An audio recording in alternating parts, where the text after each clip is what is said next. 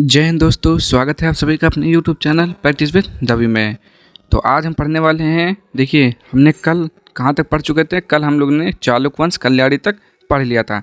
आज हम पढ़ेंगे चालुक वंश वेंगी से पढ़ेंगे। ठीक, तो यदि आप लोग चैनल पर पहली बार आए तो प्लीज़ चैनल को सब्सक्राइब कर लीजिएगा, ताकि जब हम वीडियो को अपलोड करें तो आपको सबसे पहले नोटिफिकेशन मिल जाए। ठीक, तो चलिए स्टार्ट करते हैं। और वीडियो को पूरा देखिए, वीडियो पसंद आए तो लाइक कर दीजिएगा। आज हम यहाँ से पढ़ने वाले हैं, इससे पहले हमने ऊपर पढ़ चुके हैं। ठीक, तो देखेंगे यहाँ पे क्या लिखा हुआ है। 615 ईस्वी में उत्तरी तथा दक्षिणी मराठा प्रदेश में पुलकेशिन द्वितीय द्वारा नियुक्त वायसराय कौन था? विष्णुवर्धन ने वेंगी के चालुक वंश की स्थापना की। ठीक, आपसे पूछेगा कि वेंगी के चालुक वंश की स्थापना किसने की, तो विष्णुवर्धन आपको बताना है। अगला है आपका, वेंगी शाखा के चालुक्यों को पूर्वी चालुक्य भी कहा जाता है। इसकी राजधानी वेंगी यानी कि आंध्र प्रदेश में थी। ठीक, नेक्स्ट पॉइंट है, विष्णुवर्धन को विषम सिद्धि नाम से भी जाना जाता था। ठीक, ये भी याद रखेंगे। विष्णुवर्धन के पश्चात इस वंश के प्रमुख शासक थे जयसिंह प्रथम, विष्णुवर्धन द्वितीय, विष्णुवर्धन तृतीय, विजयादित्य प्रथम, विष्णुवर्धन फोर्थ। इस वंश का सबसे प्रतापी राजा विजयादित्य तृतीय था, जिसका सेनापति पंडरंग था। ठीक, आगे देखते हैं यहाँ पे। अब राष्ट्रकूट पढ़ने वाले हैं यहाँ पे। राष्ट्रकूट वंश का संस्थापक कौन था? तो दंती दुर्ग था 733 ईस्वी में। ठीक, आपसे पूछेगा कि राष्ट्रकूट वंश का संस्थापक कौन था, तो आप बोलेंगे दंती दुर्ग। इसकी राजधानी क्या थी? तो मान्यखेत या मालखेड़ थी। दंती दुर्ग के विषय में कहा जाता है कि उसने उज्जैनी में हरणगर्भ महादान यज्ञ किया था। आगे, राष्ट्रकूट वंश के प्रमुख शासक थे कृष्ण प्रथम, ध्रुव, गोविंद तृतीय, अमोघ वर्ष, कृष्ण द्वितीय, इंद्र तृतीय एवं कृष्ण तृतीय। कृष्ण प्रथम ने बादामी के चालुक्यों के अस्तित्व को पूर्णतः समाप्त कर दिया। एलोरा के प्रसिद्ध कैलाश मंदिर का निर्माण उसी के द्वारा करवाया गया था। ठीक, आपसे पूछेगा क्वेश्चन कि एलोरा के प्रसिद्ध मंदिर का निर्माण किसके द्वारा करवाया गया, तो आप बोलेंगे राष्ट्रकूट शासकों के द्वारा करवाया गया। ठीक, ध्रुव को धारवर्ष भी कहा जाता था। गोविंद तृतीय के शासनकाल को राष्ट्रकूट शक्ति का चरमोत्कर्ष काल माना जाता है। आगे देखते हैं नेक्स्ट पॉइंट से यहाँ पे। अमोघ वर्ष 814 से 878 ईस्वी एक योग शासक होने के साथ साथ आदि पुराण के रचनाकार जिनसेन, गणितसार संग्रह के लेखक महावीराचार्य एवं अमोघ वृत्ति के लेखक शाक्त्यायन जैसे विद्वानों का आश्रयदाता भी था। अमोघ वर्ष जैन धर्म का अनुयायी था। उसने स्वयं कन्नड़ के प्रसिद्ध ग्रंथ कवि राजमार्ग की रचना की। आगे देखते हैं यहाँ पे नेक्स्ट पॉइंट।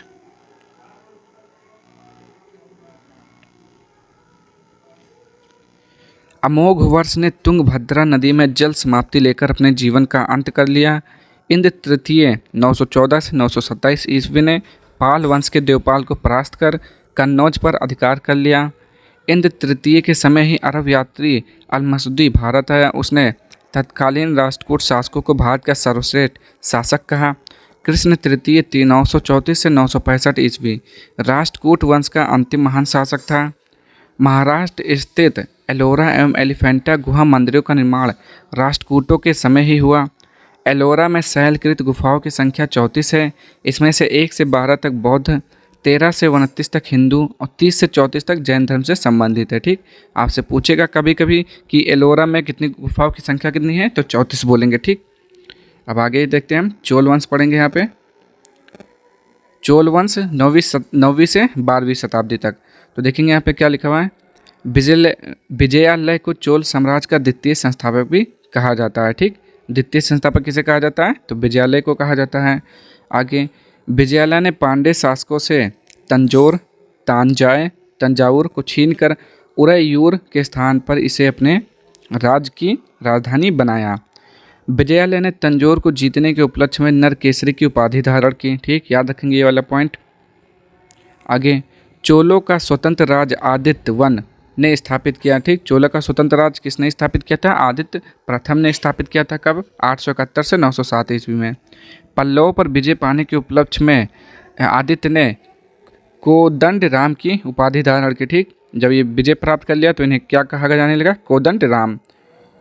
प्रांतक प्रथम ने भूमि का सर्वेक्षण करवाया था। उसे अनेक यज्ञ करने एवं मंदिर बनवाने का भी श्रेय प्राप्त है। आगे देखते हैं यहाँ पे। प्रांतक प्रथम के उत्तर मेरुर लेख से चोलों के स्थानीय स्वशासन की जानकारी मिलती है। प्रांतक द्वितीय को सुंदर चोल के नाम से भी जाना जाता था। प्रांतक द्वितीय ने तत्कालीन पांड्य शासक वीर पांड्य को चेचर के मैदान में पराजित किया। अपने शासन के अंतिम दिनों में राज प्रथम ने मालदीव को भी अपने अधिकार कर लिया। राज प्रथम शैव मतानुयायी होने के कारण शिवपाद शेखर की उपाधि धारण की। आगे देखेंगे यहाँ पे अब उपाधि धारण की। राज प्रथम ने तंजौर में द्रविड़ वास्तुकला शैली के अंतर्गत विश्व प्रसिद्ध मंदिर राजराजेश्वर या बृहदेश्वर मंदिर का निर्माण करवाया। ठीक, आपसे क्वेश्चन पूछेगा यहाँ से भी कि राजराजेश्वर या बृहदेश्वर मंदिर का निर्माण किसने करवाया था, तो क्या बोलेंगे, राज प्रथम ने करवाया था। ठीक, राजा प्रथम चोल ने करवाया था। राज प्रथम ने अपने शासन के दौरान चोल अभिलेखों का आरंभ ऐतिहासिक प्रशस्ति के साथ करवाने की प्रथा की शुरुआत की। राज प्रथम ने अपने धर्म सहिष्णु होने का परिचय राजराजेश्वर मंदिरों की दीवारों पर बौद्ध प्रतिमाओं का निर्माण करवा कर दिया।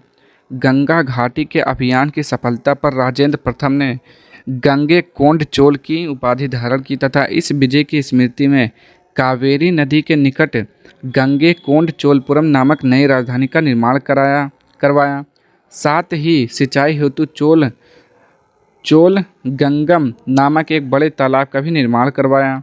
राजेंद्र प्रथम ने श्री विजय शैलेंद्र शासक विजयोत्तुंग वर्मन को पराजित कर जावा, सुमात्रा एवं मलाया महाद्वीप पर प्रायद्वीप पर अधिकार कर लिया। आगे देखते हैं, अधिकार कर लिया उसके बाद क्या है, क्या लिखा है, कुलोत्तुंग प्रथम का शासनकाल कुछ युद्धों को छोड़कर शांति एवं सुव्यवस्था का काल था। कुलोत्तुंग प्रथम ने 1077 ईसा पूर्व में 72 व्यापारियों के एक दूत मंडल को चीन भेजा। आगे देखेंगे यहाँ पे, चोल लेखों में कुलोत्तुंग को सुंगम वृत्त करों को हटाने वाला कहा गया है। कुलोत्तुंग द्वितीय ने चिदम्बरम मंदिर में स्थित गोविंदराज विष्णु की मूर्ति को समुद्र में फेंकवा दिया था। कालांतर में वैष्णव आचार्य रामानुज ने उक्त मूर्ति को उठाकर तिरुपति के मंदिर में प्राण प्रतिष्ठित किया था। चोल वंश का अंतिम शासक राजेंद्र तृतीय था। ठीक, संपूर्ण चोल साम्राज्य 6 प्रांतों में बटा था। प्रांत को मंडलम कहा जाता था। मंडलम को कोट्टम कमिश्नरी में, कोट्टम को नाडु जिले में एवं प्रत्येक नाडु को कई कुर्रमों ग्राम समूह में विभक्त किया गया था। कुलोत्तुंग प्रथम का राजकवि जयंगोंदर तमिल कवियों में सर्वाधिक प्रसिद्ध था। उसकी रचना कलिंगत्तु पूर्ण है। कंबन, ओट्टक्कुट्टन और पुगलेंदी को तमिल साहित्य का त्रिरत्न कहा जाता है। आगे देखेंगे यहाँ पे, कहा जाता है, त्रिरत्न कहा जाता है। उसके बाद क्या है, कुलोत्तुंग द्वितीय का दरबारी कवि कंबन का काल तमिल साहित्य का स्वर्ण काल माना जाता है। उसकी कीर्ति कंबन की रामायण को तमिल साहित्य का गौरव ग्रंथ माना जाता है। इस काल की अन्य रचनाएं हैं, कौन सी रचनाएं हैं, सेक्की कल्लार द्वारा रचित पेरिये पुराणम, पुंगलेंदी की नलवेम्ब तथा तिरक्त देवर की जीवक चिंतामणि, प्रिय पूर्णम या शेखर की तिरुटोंडपुरम को 5वां वेद कहा जाता है। पंप, पौन्य एवं रन्न को कन्नड़ साहित्य का त्रिरत्न कहा जाता है। चोल कालीन धातु मूर्ति कला में नटराज की कांस्य प्रतिमा को चोल काल की सांस्कृतिक सार या निचोड़ कहा जाता है। चोल काल में आम वस्तुओं का आदान प्रदान का आधार धान था। चोल कालीन सबसे महत्वपूर्ण बंदरगाह कावेरी पट्टनम था। अब हम पढ़ेंगे कदम वंश। छोटा टॉपिक है, जल्दी से पढ़ के ख़त्म करते हैं। मयूर शर्मन ने कदम वंश की स्थापना की थी। ठीक, पहला क्वेश्चन, अनुश्रुतियों के अनुसार मयूर शर्मन ने 18 अश्वमेघ यज्ञ किए। कदम्ब राजा मयूर शर्मन ने ब्राह्मणों के असंख्य गांव दान में दिए। कदम्बों ने जैनों को भी भूमि दान दिया, पर उनका ब्राह्मण की ओर अधिक झुकाव था। कदम्बों ने अपनी राजधानी कर्नाटक के उत्तरी केंद्रा जिले में वैजयंती या बनवासी में बनाई। ठीक, अब हम पढ़ते हैं गंग वंश पढ़ते हैं। गंग वंश का संस्थापक ब्रजहस्त पंचम था। ठीक, अभिलेखों के अनुसार गंग वंश का प्रथम शासक कोंकणी था। गंगों की प्रारंभिक राजधानी कुलाल यानी कि कोलार थी। सोने की खान इस राजवंश के उत्थान का कारण था। ठीक, गंगों के बाद में राजधानी तलकाड हो गई। गंग शासक माधव प्रथम ने दत्तक सूत पर टीका लिखी। अब हम पढ़ेंगे काकतीय वंश। काकतीय वंश का संस्थापक बेता प्रथम था, जिसने नलगोंड हैदराबाद में राज्य का गठन किया, जिसकी राजधानी अमकोंड थी। इस वंश का सबसे शक्तिशाली शासक गणपति था। रुद्रमा देवी गणपति की बेटी थी। आगे देखते हैं यहाँ पे, रुद्रमा देवी गणपति की बेटी थी। गणपति ने रुद्रदेव महाराज का नाम ग्रहण किया, जिसने 35 वर्षों तक शासन किया। गणपति ने अपनी राजधानी वारंगल में स्थानांतरित कर ली थी। इस राजवंश का अंतिम शासक प्रताप रुद्र था। ठीक, आगे यादव वंश। देवगिरी के यादव वंश की स्थापना भिल्लव पंचम ने की। इसकी राजधानी देवगिरी थी। इस वंश का सबसे प्रतापी राजा सिंहड़ था। इस वंश का अंतिम स्वतंत्र शासक रामचंद्र था, जिसने अलाउद्दीन के सेनापति मलिक काफूर के सामने आत्मसमर्पण किया। होयसाल वंश देखते हैं। देखो, द्वार समुद्र के होयसल वंश की स्थापना विष्णुवर्धन ने की थी। होयसलों ने द्वार समुद्र यानी कि आधुनिक हालेबिंदु को अपनी राजधानी बनाया। वेलूर में चेन्ना केशव मंदिर का निर्माण विष्णुवर्धन ने 1117 ईस्वी में किया। इस वंश का अंतिम शासक वीर बल्लाल तृतीय था, जिसे मलिक काफूर ने हराया था। आगे देखते हैं यहाँ पे, पाल शासकों के साम्राज्य का विस्तार संपूर्ण बंगाल, बिहार तथा कन्नौज तक था। उनका शासन बंगाल की खाड़ी से लेकर दिल्ली तक तथा जालंधर से लेकर विंध्य पर्वत तक फैला हुआ था। गोपाल 750 से 770 ईस्वी बौद्ध धर्म का अनुयायी था। उसने 750 ईस्वी में पाल वंश की स्थापना की थी। ठीक, पाल वंश की स्थापना किसने की थी? गोपाल ने की थी। उसने ओदंतपुरी बिहार शरीफ में एक मठ का निर्माण करवाया था। अब देखते हैं धर्मपाल 770 से 810 ईस्वी तक सिंहासन पर बैठा। उसने बंगाल को उत्तरी भारत के प्रमुख राज्यों को श्रेणी में स्थापित किया। धर्मपाल बौद्ध धर्म का अनुयायी था। उसने अनेक मठ एवं बौद्ध विहार बनवाए। उसने विक्रमशिला विश्वविद्यालय भागलपुर बिहार तथा सोमपुर महाविहार की स्थापना की थी। ये क्वेश्चन आपसे पूछता है कि विक्रमशिला विश्वविद्यालय की स्थापना किसने की थी? तो धर्मपाल ने की थी। ठीक, धर्मपाल एक बौद्ध था। उसकी राज्यसभा में प्रसिद्ध बौद्ध लेखक हरिभद्र को भी संरक्षण प्राप्त था। अब आगे देखते हैं, देवपाल 810 से 850 ईस्वी एक योग्य शासक था। उसे इस वंश का सर्वाधिक शक्तिशाली शासक माना गया है। बादल स्तंभ पर उत्कीर्ण है कि देवपाल ने उत्कलों की प्रजाति का सफाया कर दिया। हूणों, द्रविड़ तथा गुर्जर शासकों को भी हराया। नारायण पाल ने शिव के सम्मान में 1000 मंदिर का निर्माण करवाया। अब देखते हैं, महिपाल प्रथम ने पाल वंश को पुनर्जीवित किया। महिपाल ने बौद्ध भिक्षु आतिशा के नेतृत्व में तिब्बत में एक धर्म प्रचारक मंडल भेजा था। हिंदू काव्य में दाय भाग, व्यवहार, मालवा और काल विवेक का जन्मदाता जिमूतवाहन को पाल शासकों का संरक्षण प्राप्त था। महिपाल की मृत्यु के बाद पाल वंश की अवनति आरंभ हो गई। इस वंश का अंतिम शासक मदनपाल था। रामपाल के शासन काल में ही कैवर्तों का विद्रोह हुआ था, जिसका उल्लेख रामपाल चरित में मिलता है। बंगाल के पाल शासक बौद्ध धर्म के अनुयायी थे। चलिए, वो हो गया। अब हम पढ़ते हैं यहाँ पे सेन वंश। सेन वंश की स्थापना सामंत सेन ने राढ़ में की थी। इसकी राजधानी नदिया यानी कि लखनऊती थी। सेन वंश का प्रथम स्वतंत्र शासक विजय सेन था, जो शैव धर्म का अनुयायी था। दान सागर एवं अद्भुत सागर नामक ग्रंथ की रचना सेन शासक बल्लाल सेन ने की थी। अद्भुत सागर को लक्ष्मण सेन ने पूर्ण रूप दिया था। लक्ष्मण सेन की राज्यसभा में गीत गोविंद के लेखक जयदेव, यहाँ पे इम्पोर्टेंट है कि गीत गोविंद के लेखक कौन है? तो जयदेव। पवन दूत के लेखक धोई एवं ब्राह्मण सर्वस के लेखक हलायुध रहते थे। विजय सेन ने देवपाड़ा में प्रद्युम्नेश्वर मंदिर यानी कि शिव की विशाल मंदिर की स्थापना की। सेन राजवंश का प्रथम राजवंश था, जिसने अपना अभिलेख सर्वप्रथम हिंदी में उत्कीर्ण करवाया। लक्ष्मण सेन बंगाल का अंतिम हिंदू शासक था। अब देखते हैं यहाँ पर राजपूत राजवंश। चलिए देखेंगे अब राजपूत राजवंश। क्या पढ़ेंगे इसमें? राजपूत राजवंश के बारे में पढ़ने वाले हैं। इस काल के भारत को राज्य के अंदर राज्यों का काल कहा जाता है। इस समय उत्तर भारत के अधिकांश राजवंश राजपूत थे, इसलिए इस युग के इतिहास को राजपूत युगीन इतिहास भी कहा जाता है। कुछ विद्वान राजपूतों को आबू पर्वत पर वशिष्ठ के अग्नि कुंड से उत्पन्न हुआ मानते हैं। यह सिद्धांत चंद्रबरदाई के पृथ्वीराज रासों पर आधारित है। प्रतिहार, चालुक्य, चौहान और परमार राजपूतों का जन्म इससे माना जाता है। अब देखते हैं गुर्जर प्रतिहार, ये भी यहाँ से पूछता है। इस वंश की स्थापना हरिश्चंद्र नामक राजा ने की, किंतु वंश का प्रथम महत्वपूर्ण शासक नागभट्ट प्रथम था। ठीक, स्थापना माना जाता है हरिश्चंद्र को, लेकिन अगर प्रथम शासक पूछेगा महत्वपूर्ण तो नागभट्ट प्रथम था। पुलकेशिन द्वितीय के ऐहोल लेख में गुर्जर जाति का उल्लेख सर्वप्रथम हुआ है। वत्सराज के समय से ही कन्नौज के लिए त्रिपक्षीय संघर्ष शुरू हुआ। नागभट्ट प्रथम ने अरबों से युद्ध किया और पश्चिमी भारत में एक शक्तिशाली राज्य की स्थापना की थी। ग्वालियर प्रशस्ति में उसे मलेच्छों का नाशक बताया गया है। इस वंश का चौथा शासक वत्सराज था। वह एक शक्तिशाली शासक था जिसे प्रतिहार साम्राज्य का वास्तविक संस्थापक माना जा सकता है।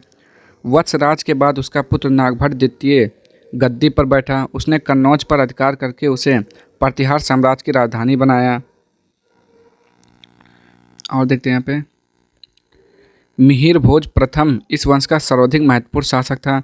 लेखों के अतिरिक्त कलहड़ तथा अरब यात्री सुलेमान के विवरणों से भी हमें उसके काल की घटनाओं की जानकारी मिलती है।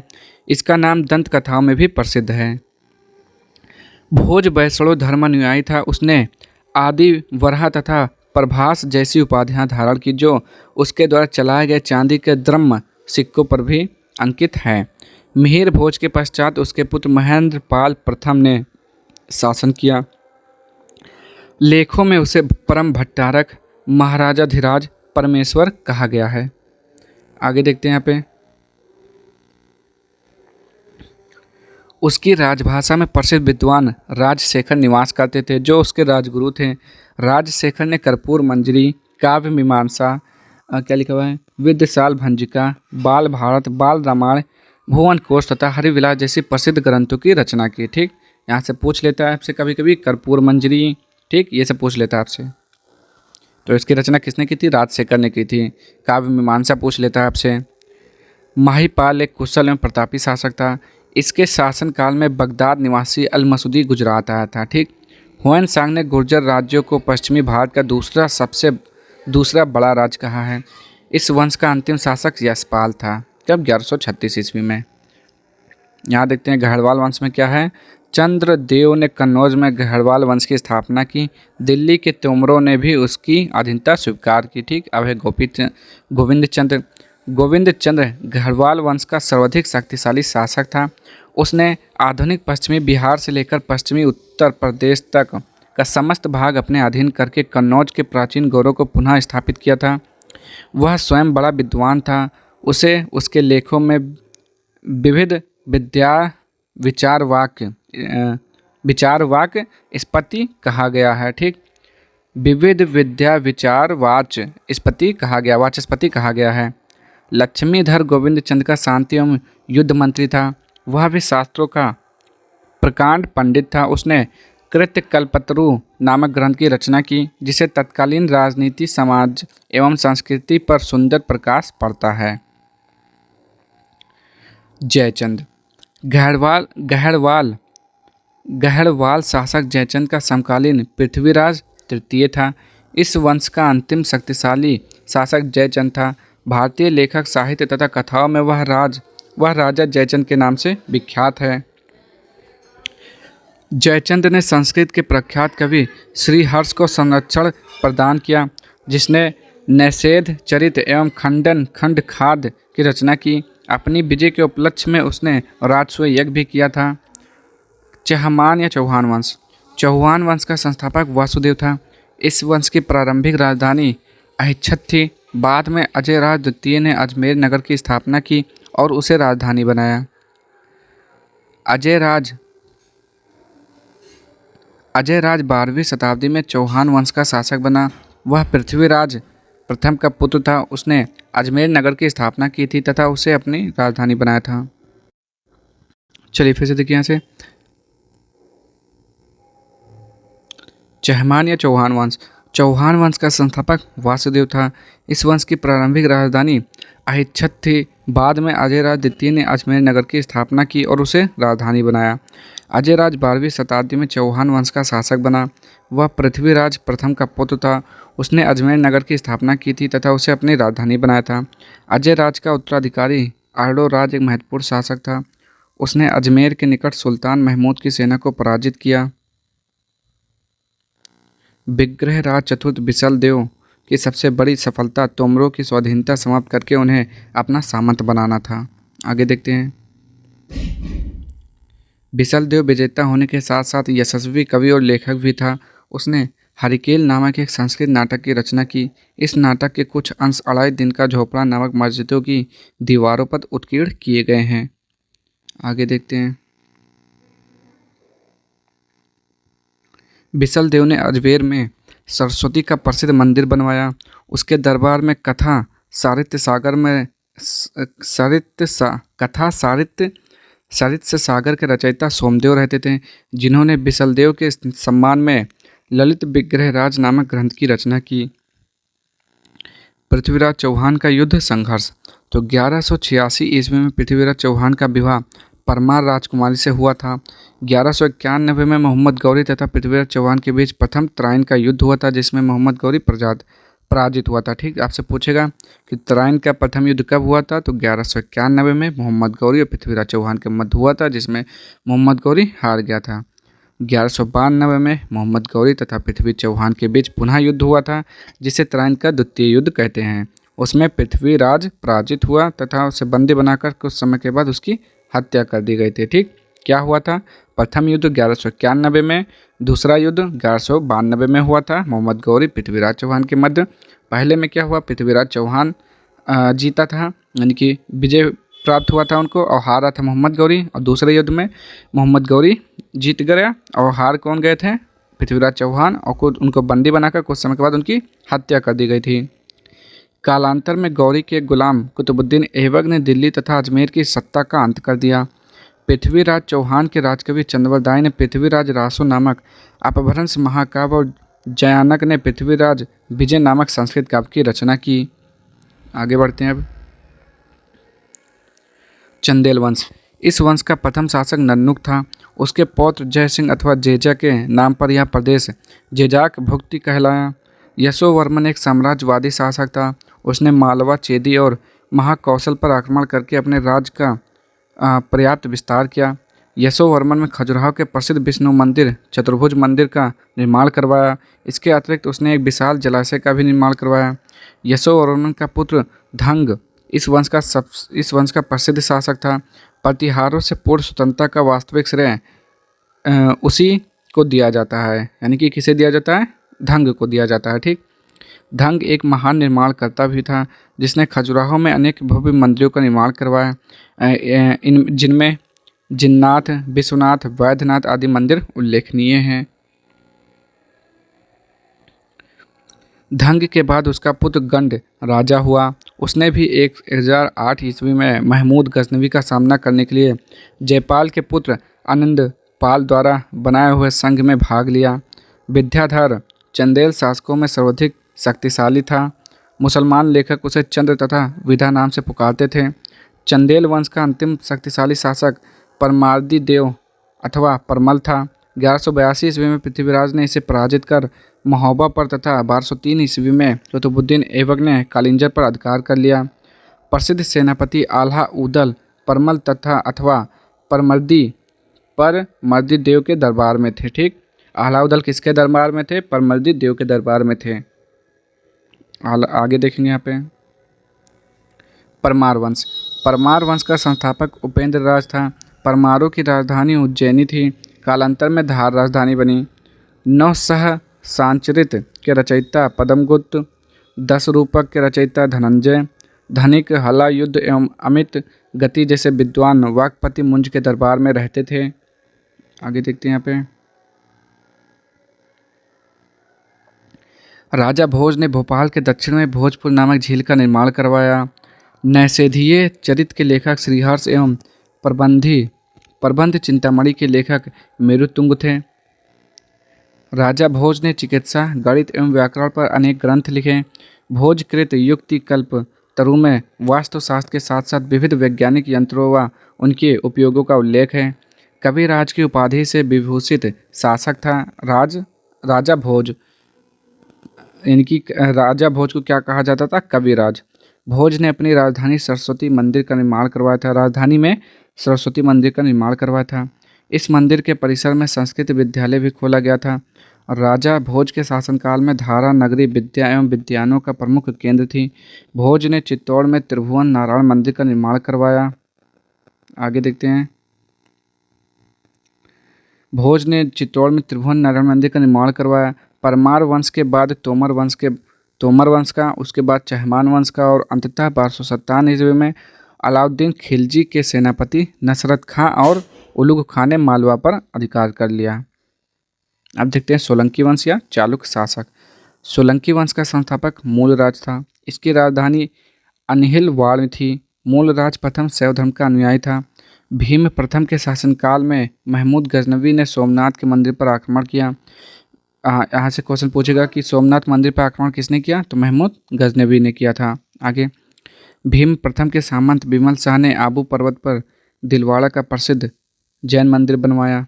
आगे देखेंगे यहाँ पे। सोलंकी वंश का प्रथम शक्तिशाली शासक जय सिंह सिद्धराज था। प्रसिद्ध जैन विद्वान हेमचंद जय सिंह सिद्धराज के दरबार में था। मोढेरा के सूर्य मंदिर का निर्माण सोलंकी राजाओं के शासनकाल में हुआ था। सिद्धपुर में रुद्र महाकाल के मंदिर का निर्माण जय सिंह सिद्धराज ने किया था। सोलंकी वंश का अंतिम शासक भीम द्वितीय था। कलचुरी चेदी राजवंश। कलचुरी वंश का संस्थापक कुक्कल प्रथम था। इसकी राजधानी त्रिपुरी थी। कलचुरी वंश का एक शक्तिशाली शासक गांगे देव ने विक्रमादित्य की उपाधि धारण की। कलचुरी वंश का सबसे महान शासक कर्णदेव था, जिसने कलिंग पर विजय प्राप्त की और चित्रलिंगाधिपति की उपाधि धारण की। आगे देखेंगे यहाँ पे। प्रसिद्ध कवि राजशेखर कलचुरी के दरबार में रहते थे। ठीक, आगे देखेंगे यहाँ पे। सिसोदिया वंश के शासक स्वयं को सूर्यवंशी कहते थे। सिसोदिया वंश के शासक मेवाड़ पर शासन करते थे और मेवाड़ की राजधानी चित्तौड़ थी। अपनी विजय के उपलक्ष्य में विजय स्तंभ का निर्माण राणा कुंभा ने चित्तौड़ में करवाया। खतौली का युद्ध 1518 में राणा सांगा एवं इब्राहिम लोदी के बीच में हुआ था। ठीक, खतौली का युद्ध 1518 ईस्वी में राणा सांगा एवं इब्राहिम लोदी के बीच में हुआ था। आगे देखते हैं यहाँ पे। कश्मीर के राजवंश। कश्मीर के हिंदू राज का इतिहास कलहड़ की राजतरंगीर से ज्ञात होता है। ठीक, पहला इंपॉर्टेंट क्वेश्चन कि कश्मीर के इतिहास के बारे में जानकारी कहाँ से मिलती है? तो कलहड़ की पुस्तक राजतरंगीणी से मिलती है। ठीक, कलहड़ जाति का ब्राह्मण था। राजतरंगीणी की रचना उसने जयसिंह के शासनकाल में पूरी की थी। इसकी रचना महाभारत की शैली के आधार पर की गई थी। आगे देखेंगे यहाँ पे। चलिए यहाँ पे देखते हैं कारकोट वंश। 7वीं शताब्दी के दुर्लभ वर्धन ने कश्मीर में कारकोट राजवंश की स्थापना की। कश्मीर के शासकों में ललितादित्य मुक्तापीढ़ सर्वाधिक शक्तिशाली शासक था। ललितादित्य एक महान निर्माता भी था, जिसने अनेक मंदिरों, विहारों तथा अन्य भवनों का निर्माण करवाया। सूर्य का प्रसिद्ध मार्तंड मंदिर उसी के द्वारा बनवाया गया था। ठीक, आपसे पूछेगा कि मार्तंड मंदिर का निर्माण किसने करवाया था? तो ललितादित्य ने करवाया था। ठीक, अब आगे देखते हैं यहाँ पे क्या है। ललितादित्य ने कश्मीर में परिहासपुर नगर बसाया था। ललितादित्य की मृत्यु के बाद कारकोट वंश की अवनति प्रारंभ हो गई। इस वंश का अंतिम शक्तिशाली शासक जयापीड़ विनयादित्य था। आगे देखते हैं अब उत्पल वंश। कारकोट वंश के बाद कश्मीर में उत्पल वंश का शासन स्थापित हुआ। इस वंश की स्थापना अवंती वर्मन ने की थी। अवंती वर्मन एक क्या लिखा हुआ है? लोक उपकारी शासक था। ठीक, जिसने कृषि की उन्नति के लिए नहरों का निर्माण करवाया। उसे अनेक नगरों की स्थापना का श्रेय भी प्राप्त है, जिसमें अवंतीपुर नगर प्रसिद्ध था। उसने साहित्य एवं कला को भी काफ़ी प्रोत्साहन दिया। युद्धों के कारण अपने रिक्त खजाने को भरने के लिए उसने मंदिरों की संपत्ति लूटी और राज्यों द्वारा साहित्य एवं कला को प्रदान किए जाने वाले संरक्षण में भी कटौती कर दी। क्षेमेंद्र गुप्त 950 ईस्वी में गद्दी पर बैठा। इसका विवाह लोहार वंश की राजकुमारी दिद्दा से हुआ। क्षेमेंद्र गुप्त के बाद कश्मीर की सत्ता व्यवहारिक रूप से रानी दिद्दा के पास लगभग 50 वर्षों तक रही। वह एक महत्वाकांक्षी शासका थी। आगे देखेंगे यहाँ पे। दिद्दा की गणना कश्मीर एवं भारतीय इतिहास के प्रसिद्ध महिला शासकों में की जाती है। उसका नाम सिक्कों पर भी अभिलिखित किया गया था। लोहार वंश, इस वंश का संस्थापक संग्राम राज था।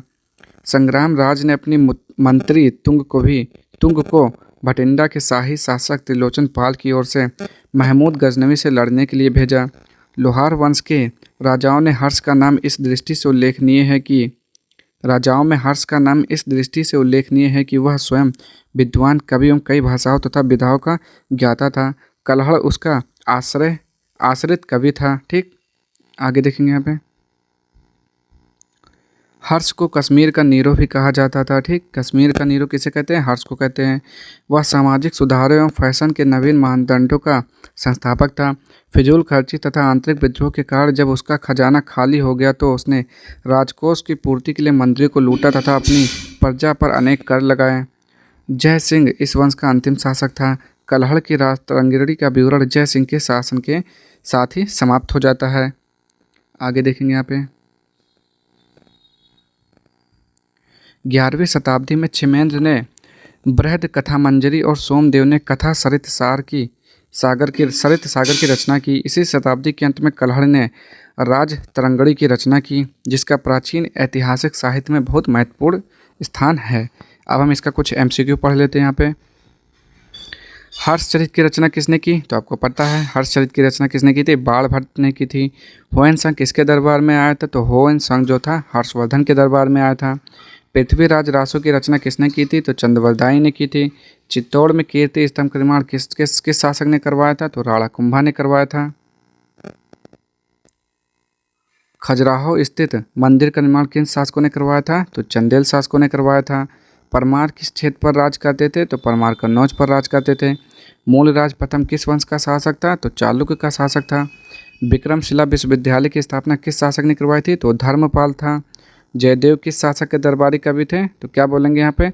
आपका हो जाएगा ऑप्शन नंबर बी, यानी कि लक्ष्मण सेन। कहाँ पर गया? लक्ष्मण सेन का था जयदेव। भुवनेश्वर एवं पुरी के मंदिर किस शैली में बने हैं? तो नागर शैली में बने हैं। निम्न में से कौन कविराज के नाम से विख्यात था? तो कविराज किसे कहते थे? जल्दी से बताइए। तो भोज परमार को कहते थे कविराज। और देखेंगे यहाँ पे राष्ट्रकूट वंश की राजधानी स्थित थी तो मान्यखेत थी। कश्मीर की रानी दिद्दा का संबंध किस वंश से था? अभी आपने पढ़ा। तो दिद्दा का संबंध किस वंश से था? वो था उत्पल वंश था। कौन सा वंश हो जाएगा? उत्पल वंश। एक बार फिर से देखते हैं यहाँ पे। जी हाँ, उत्पल वंश हो जाएगा, सही है आपका। आगे देखते हैं यहाँ पे। निम्न में से कौन सा वंश ग्रामीण स्वशासन के लिए जाना जाता था? तो वो था चोल वंश था आपका। और देखेंगे यहाँ पे कुछ। तो बस आज के लिए इतना ही। आज हम इतना पढ़े हैं। अब हम बाकी का कल यहाँ से पढ़ेंगे मध्यकालीन भारत से। ठीक, यानी कि भारत पर मुस्लिम आक्रमण। तो आज के लिए इतना ही रहने देते हैं। अगर आपको वीडियो पसंद आया हो तो प्लीज़ चैनल को लाइक शेयर सब्सक्राइब कर दीजिएगा। मिलते हैं नेक्स्ट वीडियो में। तब तक के लिए जय हिंद, जय भारत।